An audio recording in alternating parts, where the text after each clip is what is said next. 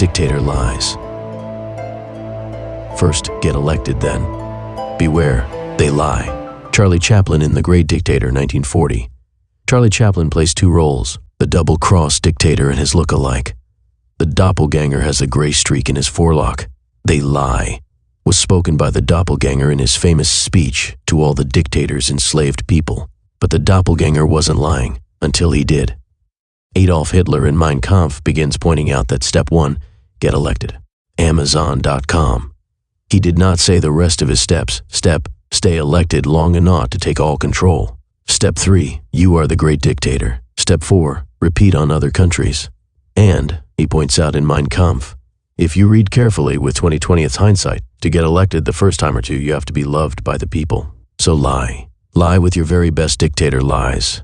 The most stunning thing about Mein Kampf is that the first part of the book he plainly tells you what he is going to do from prison, and he does it. He was telling the truth. He was not lying about what he said he was going to do.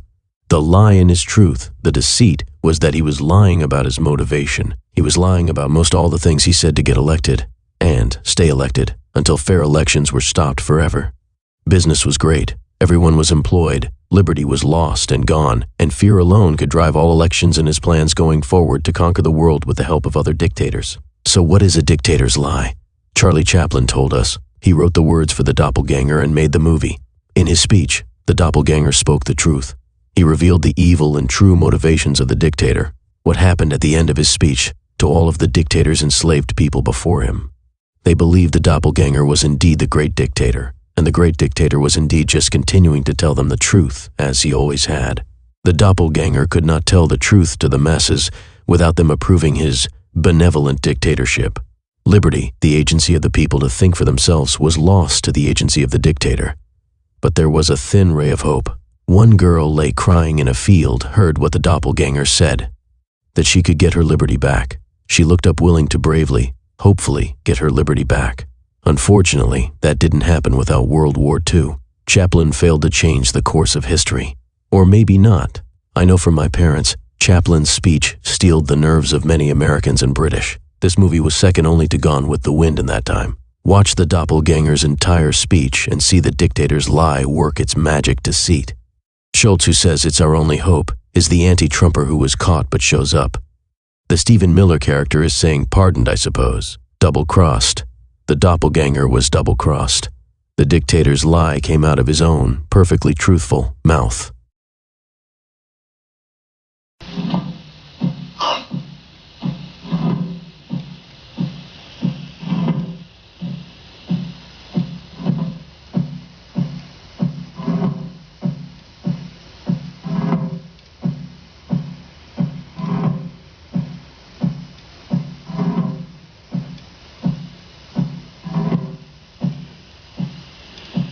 What's happened to him? He looks strange. And what Schultz doing here? Hardened, I suppose.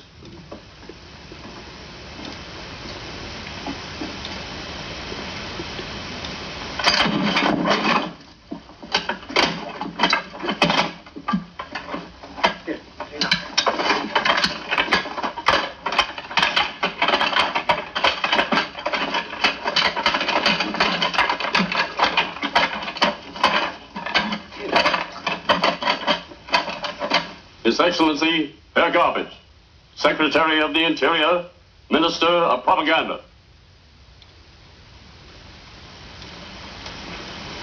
Corona veniat dilectis. Victory shall come to the worthy. Today, democracy, liberty, and equality are words to fool the people. No nation can progress with such ideas. They stand in the way of action. Therefore, we frankly abolish them. In the future, each man will serve the interest of the state with absolute obedience. Let him who refuses beware. The rights of citizenship will be taken away from all Jews and other non-Aryans. They are inferior, and therefore enemies of the state. It is the duty of all true Aryans to hate and despise them. Henceforth, this nation is annexed to the Tomanian Empire, and the people of this nation will obey the laws bestowed upon us by our great leader, the dictator of Tomania, the conqueror of Austerlitz, the future emperor of the world. You must speak. I can't. You must.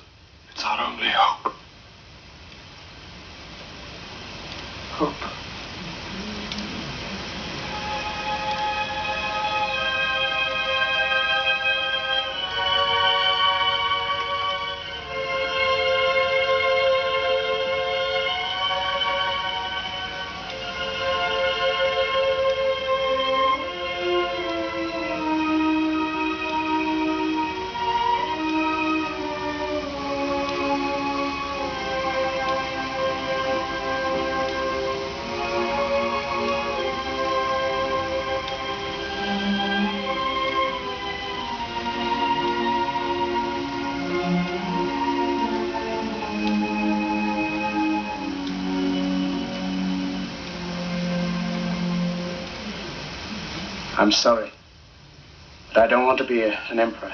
That's not my business. I don't want to rule or conquer anyone. I should like to help everyone if possible. Jew, Gentile, black man, white. We all want to help one another. Human beings are like that. We want to live by each other's happiness, not by each other's misery. We don't want to hate and despise one another. In this world, there's room for everyone, and the good earth is rich and can provide for everyone.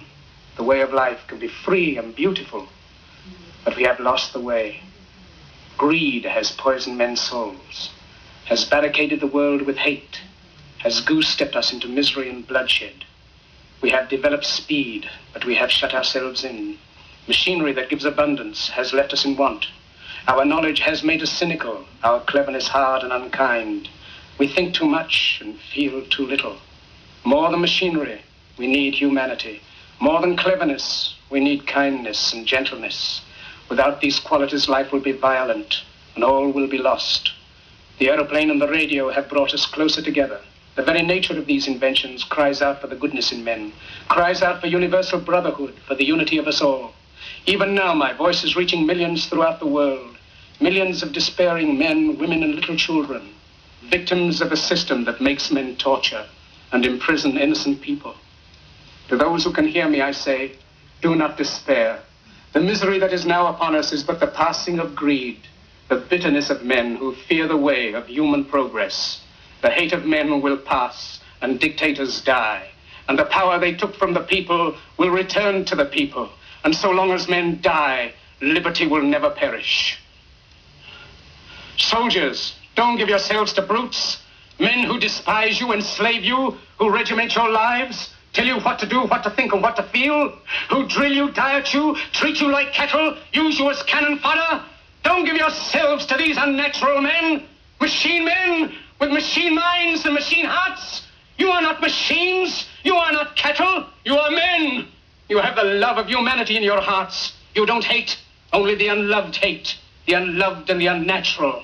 Soldiers, don't fight for slavery, fight for liberty. In the 17th chapter of St. Luke it is written, the kingdom of God is within man, not one man nor a group of men, but in all men, in you. You, the people, have the power to create machines, the power to create happiness. You, the people, have the power to make this life free and beautiful, to make this life a wonderful adventure. Then in the name of democracy, let us use that power. Let us all unite.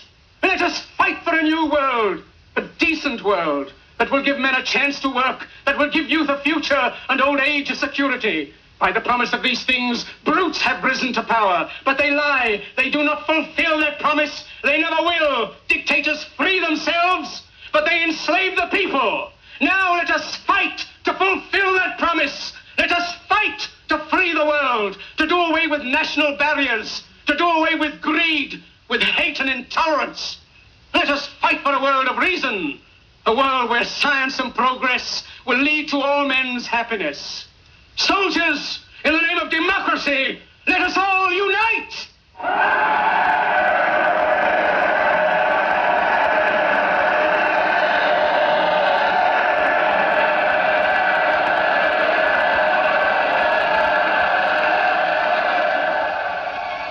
George Washington, 150 years before, knew this could happen to us. Here is proof. Read carefully. George Washington's case for convicting Donald Trump. Truth to Power. Medium.com. We do not have to fail. Indeed. We can all participate in keeping dictators' lies in check. First, vote, while your vote can still be heard. Second, do not quit your oversight on what people say, write, and do. As George Washington plainly said, it was the solemn duty of every patriot of liberty. There are ways to do this.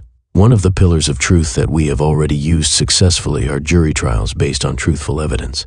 The Internet Court of Lies allows everyone to act as accusers, judges, and juries, to make plain dictator lies in a way we know works since the beginning of the Age of Reason 400 years ago.